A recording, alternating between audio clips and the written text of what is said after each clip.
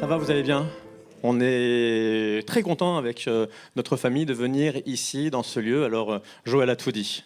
Et d'ailleurs, j'en profite pour saluer chaleureusement, en tout cas, et remercier Joël pour l'invitation. Ça, c'est important. Vous savez, vous avez un pasteur qui est extraordinaire. Ça fait... Allez, je le dis parce que c'est important aussi. Donc, il faut dire les choses. Ça fait après une dizaine d'années qu'on se connaît. Avec Sophie, on l'a rencontré à l'ITB. On faisait une formation juridique. Tu te rappelles, il y a 10 ans. Et vous savez, il y a des gens, on parle 2 minutes avec eux, on a le sourire. Ça vous parle? C'est votre pasteur, ça? Yes, priez pour votre pasteur, c'est vraiment yes, un grand pouce comme ça. Et surtout avec le cœur, je le dis parce que c'est aussi important, parce que la vie que nous avons en nous, en tout cas, reflète quelque chose du ciel. Amen. Et c'est la vie de Dieu qui est rejaillie en nous, et ça, c'est tellement important. Aussi, avant de commencer, j'en profite aussi pour vous saluer chaleureusement de la part des Hauts-Savoyards. Bon, vous aimez la Haute-Savoie? Là où les montagnes sont le plus haut en France. On a le Mont Blanc juste à côté. Mais là, nous, on habite vraiment à côté de Genève. On est dans ce qu'on appelle le Grand Genevois. C'est Genève, c'est moitié Suisse, moitié France. Souvent, les gens ne le savent pas, mais on est pratiquement moitié-moitié. Côté Suisse, côté France. Et Annemasse, c'est la grosse ville côté France. Et on est là et on sert le Seigneur de tout notre cœur. Il y a tout un chant, un défi. Et puis sachez que quand, bien sûr, j'ai annoncé que je venais ici, l'Église prie en tout cas pour ce temps. Et nous croyons qu'il y a une vraie dimension de communion fraternelle qui est là, qui est manifestée. Et ça, c'est bon. Amen. Priez pour les Hauts-Savoyards. Et puis peut-être que dans un rêve, vous verrez « Oh, la Haute-Savoie, allez, on passe en vacances ». Vous allez voir, c'est merveilleux. La mer, c'est bien, mais les montagnes, c'est super aussi. Bon, que Dieu soit béni. Écoutez, je suis là aussi pour partager en tout cas la parole de Dieu. J'en profite aussi pour dire, tant qu'à faire, tant qu'on est dans l'introduction, Joël a introduit en tout cas mon papa qui est là, mais sachez que dans mon histoire familiale, je suis passé plusieurs fois par ici. Alors c'est la première fois que je prêche ici, mais je suis passé plusieurs fois par ici parce que ma tante Isabelle, qui est ici, il y a des années, elle a fait partie de l'église, et puis ma grand-mère a été membre de cette église. Et mon papa aussi a rejoint ici, donc vous avez nourri une partie de ma famille. Et vous le faites encore, alléluia. Et pour ma part, en tout cas, je suis extrêmement reconnaissant de cela. On est dans une dimension, en tout cas, fraternelle. On n'est pas déconnectés, hein. On est connectés les uns les autres. Amen. Et ça, c'est important. On garde cette dimension, en tout cas, de simplicité devant Dieu, mais à la fois, on est vraiment reconnaissant. Et là, il y a mes enfants qui sont là, donc ça veut dire que ça fait déjà 4 générations de Madeira qui sont nourris dans cette église. Amen. Et vraiment, on se réjouit, et même plus. Yes, la famille. Que Dieu soit béni. Allez, je vais droit au but, ce que j'ai à vous dire. J'aimerais vous parler alors d'un homme que vous connaissez bien, il s'appelle Jonas. Vous connaissez Jonas? C'est un des livres très courts, on peut les lire très rapidement, 4 petits chapitres, et puis hop, on a toute l'histoire. Mais attention, on ne confond pas avec Pinocchio, hein. Jonas, il y a vraiment quelque chose qui est très important dans la vie de Jonas. Il y a un cœur, une personne qui est sensible à Dieu, et Dieu lui donne une mission particulière, sauf que lui, qu'est-ce qu'il fait? Il fuit. Alors je titre mon message « Jonas, le missionnaire fugueur ». J'espère que ça va vous parler, j'espère que je ne suis pas là pour vous pointer du doigt, juste pour vous dire en tout cas que on est un petit peu complexes les uns les autres, on est aussi un petit peu fragiles, mais bonne nouvelle, nous avons une mission. Alléluia, tu as une mission? Et Dieu t'encourage vivement à vivre la mission que Dieu a pour toi. Alors, quand je parle de fugueur, pourquoi je parle de fugueur? Parce que si vous connaissez un petit peu l'histoire de Jonas, vous savez qu'il est parti à l'opposé, il s'est enfui. Et je crois que pour moi, un fugueur, c'est quelqu'un qui s'enfuit d'un cadre de vie, qui presque, il part à l'aventure. Il quitte tout, il s'enfuit. Et peut-être que toi, dans ta vie, ça t'est déjà arrivé de fuir une situation. Personnellement, ça m'est déjà arrivé. De fuir une situation parce que c'était trop intense, c'est trop dur, c'est trop compliqué. Alors, on ne sait pas trop comment gérer. Et puis, comme un ado qui ouvrirait la fenêtre de sa chambre et qui part, il fugue. De la même façon, peut-être dans ta vie, dans ton parcours, dans ton cheminement, tu as déjà vécu ça.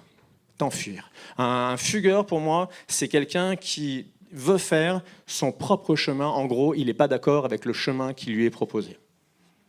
Et des fois, face aux chemins qui nous sont proposés par le Seigneur, on peut avoir des résistances. Un fugueur, c'est quelqu'un qui fuit ses problèmes ou qui fuit une situation sans le régler. Mais vous savez, quand on ne règle pas, on n'est jamais bien. Un fugueur, c'est quelqu'un qui dit « j'ai pas envie ». Avez-vous déjà dit ça à Dieu ? J'ai pas envie.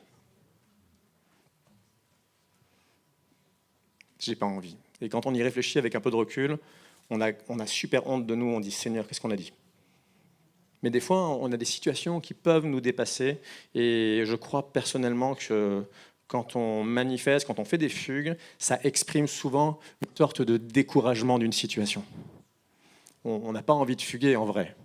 Mais il peut y avoir des fugues qui manifestent quelque chose à l'intérieur et il est bon de pouvoir décrypter ce qui se passe. Alors Dieu nous invite à vivre des choses belles avec lui, il nous invite à nous investir dans son royaume et malheureusement, des fois, on est capable de faire plein de choses, mais on ne veut pas faire le tour de ce que Dieu nous a montré, de ce que Dieu nous a dit de faire. On ne veut pas en tout cas proclamer le nom de Jésus, ou du moins on veut le faire, mais que quand on veut. Et il y a quelque chose d'insatisfait dans nos vies.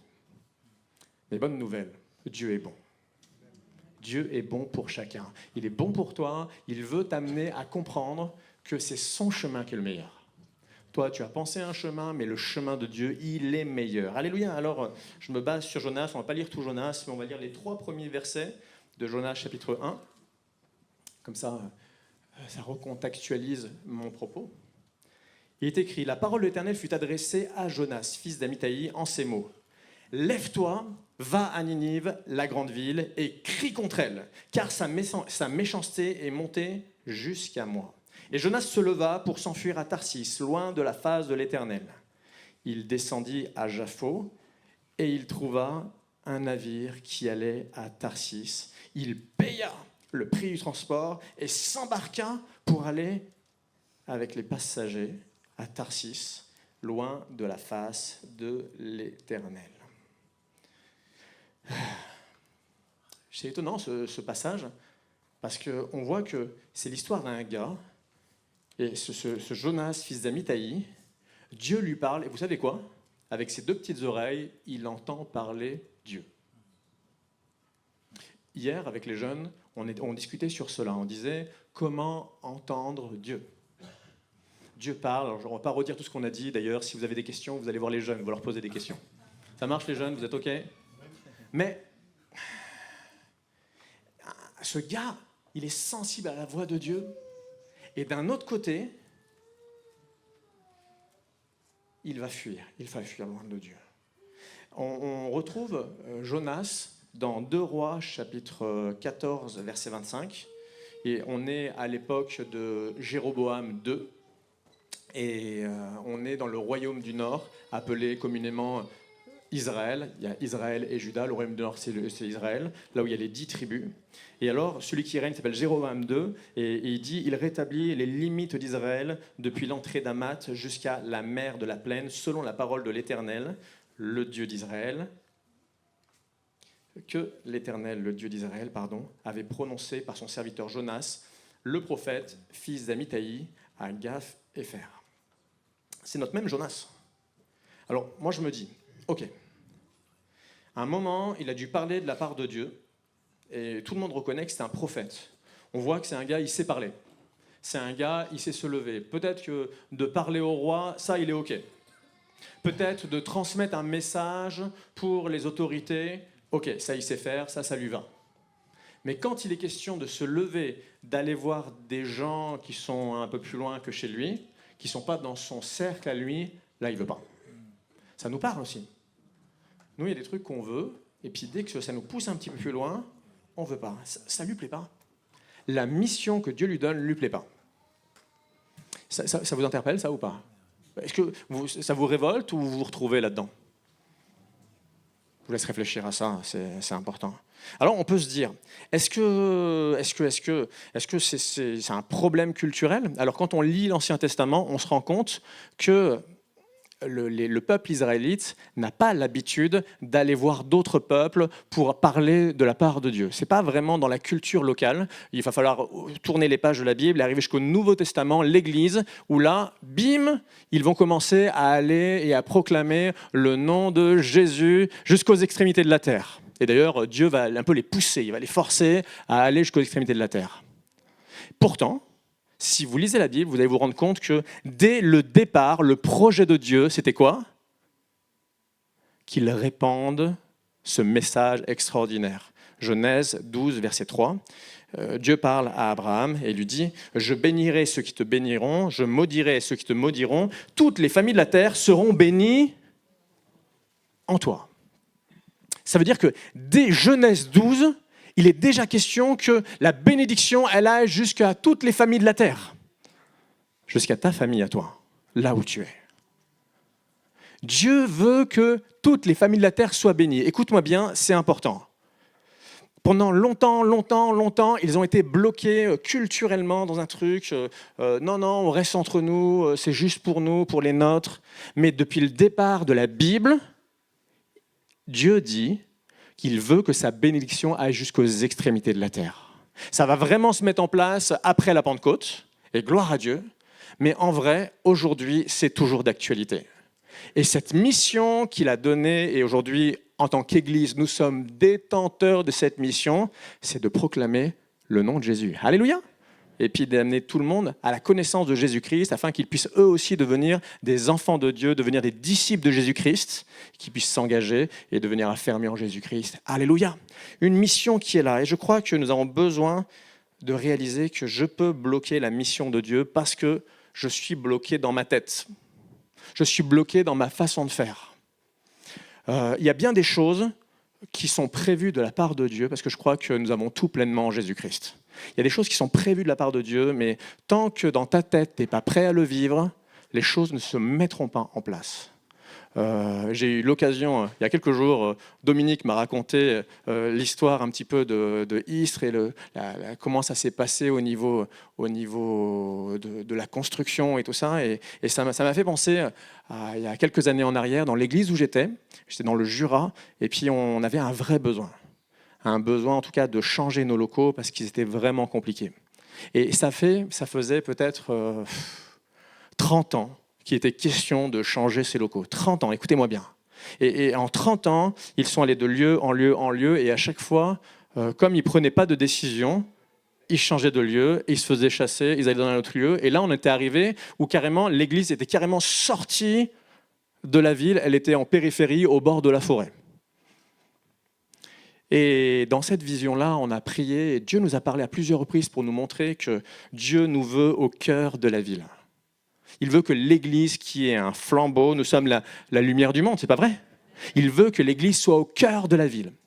Et une fois qu'on était tous d'accord, là on priait à fond, Seigneur, donne-nous une Église au cœur de la ville.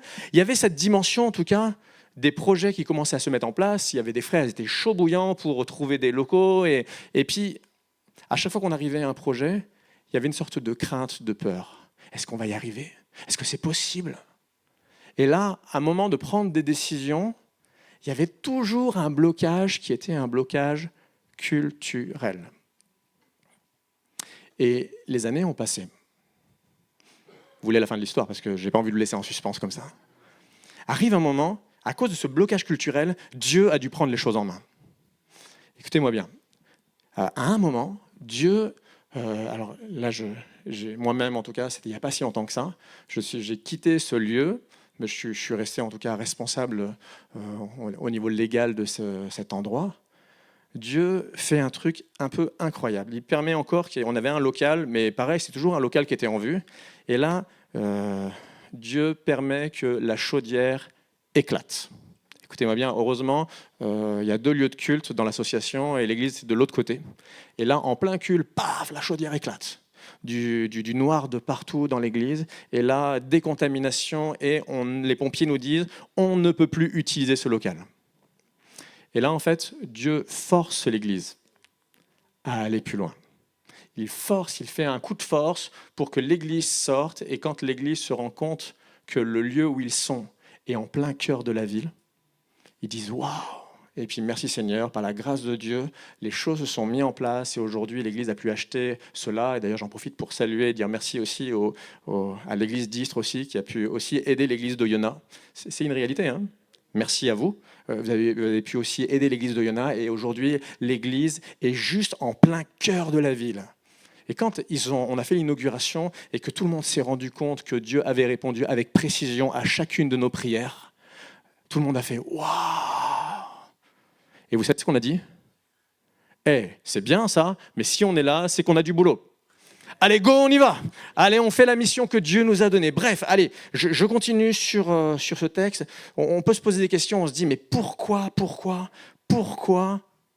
il a l'intention de quitter la présence de Dieu ? Jonas, il fuit, et c'est vrai que on voit dans le texte qu'il a un problème. Il n'aime pas les Assyriens. Il ne les aime pas. On peut se dire les choses vraies ? Des fois, on ne fait pas les choses parce qu'on a un problème avec l'amour. Il ne les aime pas. En plus, il sait exactement qui c'est, parce que quand vous regardez un petit peu le contour géopolitique de la région, l'Assyrie ne va pas encore envahir. Ce sera 1 siècle et demi après que les Assyriens, au temps de Sanchérib, vont venir et vont s'occuper de tout le royaume du Nord. Mais en attendant, il y a déjà les Assyriens qui sont dans le coin et puis qui ont une influence géopolitique, voire qui viennent et qui les asservissent avec des dotations financières. Bref, ils les connaissent. Et puis, quand vous lisez par exemple le prophète Naoum, vous lisez le prophète Naoum ? Vous avez... il faut le lire. Mais oui, le prophète Naoum. Qu'est-ce qu'il dit sur les Assyriens ? Il dit qu'en fait, les Assyriens, c'est des bêtes assoiffées de sang. Autant dire que ça ne fait pas rêver ce genre de gars. Hein. Et lui, quand il pense à eux, la première chose qu'il fait, il dit non, on les laisse où ils sont, ils se débrouillent tout seuls. Mais vous savez quoi ? Dieu, il pense à eux. Nous, des fois, on voit des gens, ils sont bizarres, ils réagissent avec violence, ils réagissent avec plein d'intentions mauvaises, et on se dit, oh là là, surtout, je ne veux pas avoir affaire à eux. Mais vous savez quoi ? Dieu, il s'intéresse à eux. Dieu les aime. Et souvent, les gens qui souffrent, ils réagissent avec violence. Ce n'est pas qu'ils sont mauvais, même si le péché est là dans tout le cœur des hommes. Mais souvent, ce qu'on vit, les drames que l'on vit se rejaillissent de maintes et maintes façons. Alors, les Assyriens sont là, et puis clairement, ils le pressentent, et ça vous le voyez dans le chapitre 4 de Jonas, ils pressentent qu'à un moment ou à un autre, ils vont finir par les envahir, et il a raison, mais ça va se passer bien plus tard. En tout cas, comprends une chose, le projet de Dieu ne se passe pas toujours avec les gens qui te plaisent bien. Le plan de Dieu, il se passe avec des gens avec qui tu n'as pas forcément de l'affinité. Dieu même t'invite à travailler avec des gens où tu n'as pas forcément un feeling. Dieu t'invite à aller voir des gens avec qui tu n'as pas forcément un feeling. Mais Dieu te dit que tu es une lumière dans ce monde. Tu n'es pas de ce monde, mais tu es dans ce monde. Et tu es une lumière dans ce monde. Alléluia ! Brille, mon frère, ma sœur, brille. Brille pour Jésus-Christ. 2 Corinthiens 5, 20, nous faisons donc fonction d'ambassadeurs pour Christ, comme si Dieu exhortait par nous. Nous vous en supplions, au nom de Christ, soyez réconciliés avec Dieu. C'est notre message, ça. Notre message, c'est soyez réconciliés avec Dieu. Alléluia ! Nous sommes des ambassadeurs de Christ et nous proclamons ce message. Il ne veut pas y aller parce qu'en fait, il refuse la mission que Dieu lui donne. Je crois qu'il est aveuglé par bien des choses. Et nous avons besoin de faire attention à nos yeux. Nos yeux, ils sont précieux. Hein. On doit faire attention parce que la Bible nous dit que l'ennemi de notre âme, il nous aveugle. Et même si Christ est dans ton cœur, tu peux te laisser attraper par une sorte d'aveuglement. Mets du collier sur tes yeux. Vous relirez dans l'Apocalypse. On a besoin que nos yeux soient lavés pour que nos yeux puissent être là et puis avoir une vision claire de ce que Dieu veut pour nous. Ce que Dieu veut pour nous, ce n'est pas juste qu'on vienne à l'église. C'est formidable de venir à l'église. On aime l'église et l'église, c'est Jésus qui l'a bâtie et c'est formidable et on se sent bien à l'église. Alléluia! C'est merveilleux d'être à l'église. Mais la mission de Dieu, ce n'est pas juste de venir le dimanche matin à l'église. La mission de Dieu, c'est d'être un ambassadeur de Christ 24 heures sur 24. C'est la mission de Christ. Ma vie, elle a du sens parce qu'il y a une mission qui est là. Croyez pas que Dieu nous met là pour qu'on attende que ça se passe. On a tous une mission, nous sommes tous des pierres vivantes. Dans cette église, ici à Istres, chacun d'entre vous, vous êtes des pierres vivantes, vous avez reçu Jésus-Christ. Vous êtes une pierre vivante, alléluia. Vous avez des capacités, des choses que Dieu vous a données, il faut les mettre au profit du royaume de Dieu. Pour la gloire de Jésus-Christ, amen. Et nous ne voulons pas juste écouter, et puis après, des fois, dire « Oh non, on verra une prochaine fois ». Je crois qu'il est bon de mettre en pratique ce que Dieu nous a donné. Et merci Seigneur, en tout cas, pour l'Église. Et puis, nos arguments pseudo-spirituels. Et là, je ne vous connais pas, mais dans les églises où je suis passé par plusieurs églises avant d'être en Haute-Savoie. J'ai souvent eu des fois des remarques du genre oui, on verra, peut-être plus tard. Une fois, je demandais un service à quelqu'un, il me dit écoute, je vais prier, et puis si Dieu me dit ok, j'y vais. Je lui dis non, mais je te demande de me donner un coup de main pour déplacer les chaises. Ça va. Non, mais ça va. Tu n'es pas obligé de prier. Tu as deux mains, tu as un peu d'énergie. Ben, viens avec moi, on y va. Je prends un exemple comme ça, juste pour montrer des fois des modes de fonctionnement qui sont là. Écoute, en tout cas, il y a des choses qui sont prioritaires. Notre vie sera vraiment heureuse que si on vit le projet de Dieu. Tant que tu fais l'inverse, tu as fait demi-tour comme Jonas, tu fonces direction Tarsis. Et d'ailleurs, c'est pas moche, hein, Tarsis. C'est un beau coin. Et d'ailleurs, je me suis intéressé, c'est où Tarsis ? Parce que, étant donné que là, je suis en famille, dans le bureau de ma tante, j'ai vu plein de photos et j'ai regardé c'est où Tarsis. Et en fait, Tarsis, c'est entre... Ah, je vais perdre le truc. Cadix et Huelva. C'est ça, je ne me trompe pas. C'est dans la région de Séville. Et ça parle à ma petite histoire familiale. Avec mon papa, vous irez lui demander où est-ce qu'il est né. Et je comprends qu'on a envie d'aller par là-bas, parce que c'est super. Hein, mais en vrai, si Dieu veut que tu ailles là-bas, tu vas là-bas. Mais si Dieu te dit que tu vas de l'autre côté, tu vas de l'autre côté. Tu vas de l'autre côté. Et ça, c'est important de bien comprendre cette dimension-là. Nous ne sommes pas là pour faire ce que nous voulons, non pas ce que je veux, mais... Getsemane. Non pas ce que je veux, mais ce que tu veux. Non pas ce que je veux, Seigneur, ce que tu veux. Et je crois qu'on est d'accord pour cela. Matthieu 6, 33, cherchez premièrement le royaume de Dieu et le royaume et la justice de Dieu. Et toutes ces choses vous seront données par-dessus. Alléluia. Je regarde l'heure. Je crois qu'il y a aussi une autre réalité. Quand on fuit, il se passe des choses à l'intérieur. Vous imaginez bien que Jonas, il n'est pas bien quand il est sur le bateau. Et des fois, on vit des situations qui durent, où on n'est pas bien. Et moi, j'ai envie de te dire, pourquoi ça doit durer ? Si tu n'es pas bien, cherche Dieu. Si tu n'es pas bien, crie à Dieu. Moi, je crois qu'il y a un problème à l'intérieur de Jonas, un problème, pour moi, il dépérit psychologiquement, Jonas. Il est tellement mal à l'intérieur, il va se cacher au fond de la cale, et puis plus on se cache, plus on est mal. J'ai noté, je vous le lis en l'état. Plus on s'éloigne de la lumière, plus on s'approche des ténèbres. Plus on s'éloigne de la vérité, plus on s'approche du mensonge. Plus on s'éloigne de la sagesse, plus on s'approche de la folie qui amène à la destruction. En fait, personne n'a envie des ténèbres, personne n'a envie du mensonge, personne n'a envie de la folie et de la destruction, mais nos actes veulent des fois dire ça. Alors je veux faire des choix. Le choix de m'approcher de la lumière, et Jésus est la lumière de ce monde. Alléluia. Je fais le choix de m'approcher de la vérité, et Jésus est la vérité. Je fais le choix de m'approcher de la sagesse, et la sagesse, tu la trouves dans la parole de Dieu. Alléluia. Alors j'avance, et puis je crois en tout cas que dans ces circonstances, même si ça ne va pas bien au fond de toi, quand tu commences à manifester des trucs comme Jonas, du genre « jetez-moi à l'eau », c'est franchement que ça ne va pas bien. Et là, dans ce cadre-là, il ne faut pas que tu restes tout seul chez toi. Va voir ton pasteur. Non, mais je rigole pas. Hein. Vous imaginez, le gars, il dit ça ne va pas, c'est la tempête, les gars, mettez-moi à l'eau. Ça veut dire quoi ? Allez, c'est parti, je vais mourir. Lisez Jonas, il y a 4 mini-chapitres, et à 3 reprises, « Seigneur, je veux mourir ». Il y a un ricin, il n'y a plus le ricin, « Seigneur, je veux mourir ». En fait, il ne va pas bien à l'intérieur, le Jonas. il va vraiment pas bien. Et vous savez quoi? Même s'il va pas bien, Dieu est quand même là. Si tu vas pas bien, toi aussi, Dieu, il est quand même là.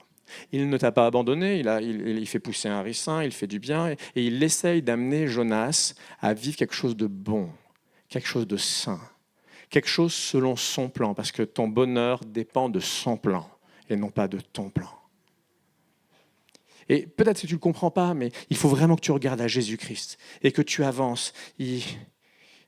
Tu ne peux pas rester dans une situation compliquée. Et puis en plus, histoire du bateau, dans son malheur, il entraîne les autres.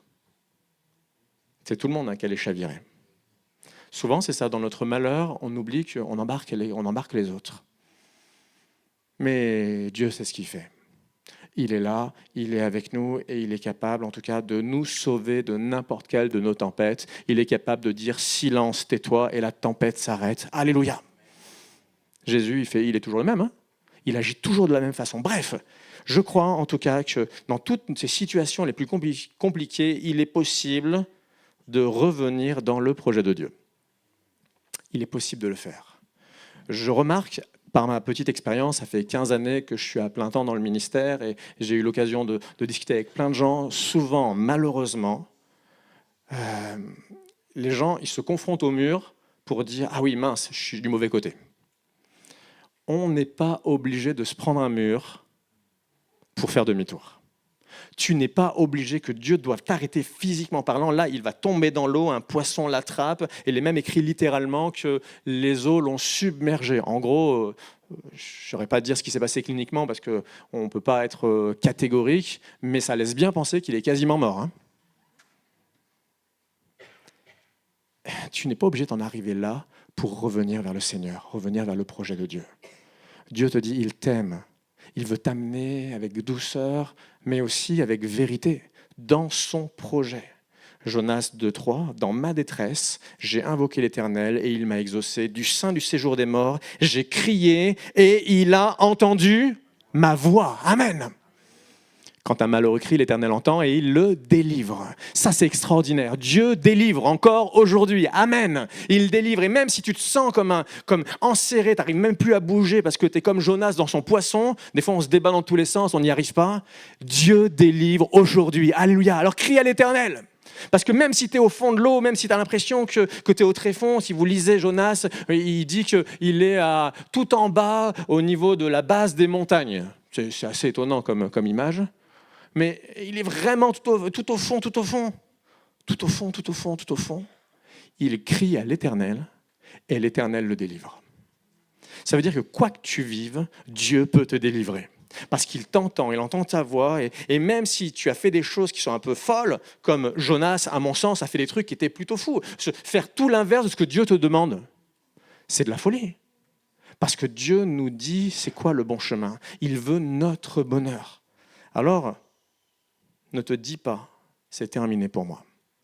Ne prends pas des versets hors contexte pour imaginer que ça y est, c'est fini pour toi, Dieu peut rien faire pour toi. Il peut faire quelque chose pour toi. Il peut te changer, il peut te transformer. Alléluia, il peut te bouleverser. Oh Jésus, à toi soit la gloire. En tout cas, un nouveau départ est possible. Même si ce nouveau départ il commence par être recraché par un poisson, un peu gluant, recraché par un poisson. Mais le plus important, c'est quoi? C'est la vie. Des fois, on a quelques petites conséquences à nos inconséquences. Mais Dieu est bon quand même. Alléluia! Dieu est bon quand même et il veut nous sortir. Et pour moi, en tout cas, quand je vois cette situation, je me dis qu'en fait, ayons le bon état d'esprit dès le départ. On peut ne pas être d'accord, on peut ne pas comprendre. Tu as le droit de dire à Dieu, Seigneur, je ne comprends rien. Mais s'il te plaît, mon frère, ma sœur, accepte que la parole de Dieu, c'est la vérité. Accepte que ce que Dieu te demande, c'est le meilleur pour ta vie. Et vis-le avec simplicité. Et tu verras que la parole de Dieu s'accomplit toujours. Toujours, elle s'accomplit. Même si tu ne comprends pas. Même si ça dépasse ton entendement, fais confiance à Dieu. Et puis, regarde Jésus. Jésus, tout ce que le Père lui a montré, il l'a fait. Je n'ai rien fait que le Père ne m'a montré.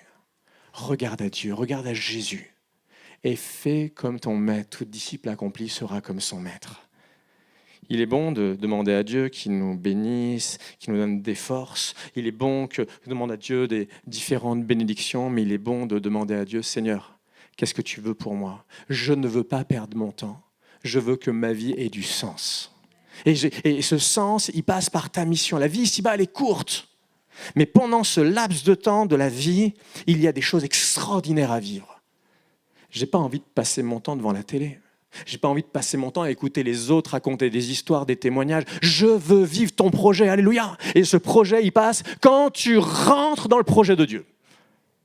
Sois participant, mon frère, ma sœur, sois vivant dans le projet de Dieu parce que, au final, une fois que le poisson a été recraché Jonas, il va reprendre quelque chose de nouveau. D'ailleurs, petite info technique, si vous aimez les trucs, moi pendant longtemps j'ai cru que Jonas, il avait été recraché directement à Ninive. Sauf que en 3 jours et 3 nuits, impossible de faire tout le tour de la mer. Et puis après, il aurait fallu qu'il remonte le Tigre de mémoire. Et c'est pas possible. Donc en fait, Jonas, il est dans la Méditerranée. Et le poisson le recrache où? Là où il a commencé à prendre le bateau. Retour au point de départ. Allez, nouveau jeton, on recommence. C'est pas un mal hein, de se dire, mais en fait, j'ai fait tout ça, et puis finalement, je retourne au point de départ. Ne stresse pas par rapport à ça. Dis simplement merci Seigneur, parce que tu me donnes encore une fois une nouvelle chance. Je recommence. Retour au point de départ, et là, il est écrit que il va jusqu'à Ninive. Il va jusqu'à Ninive. Ça veut dire qu'il prend...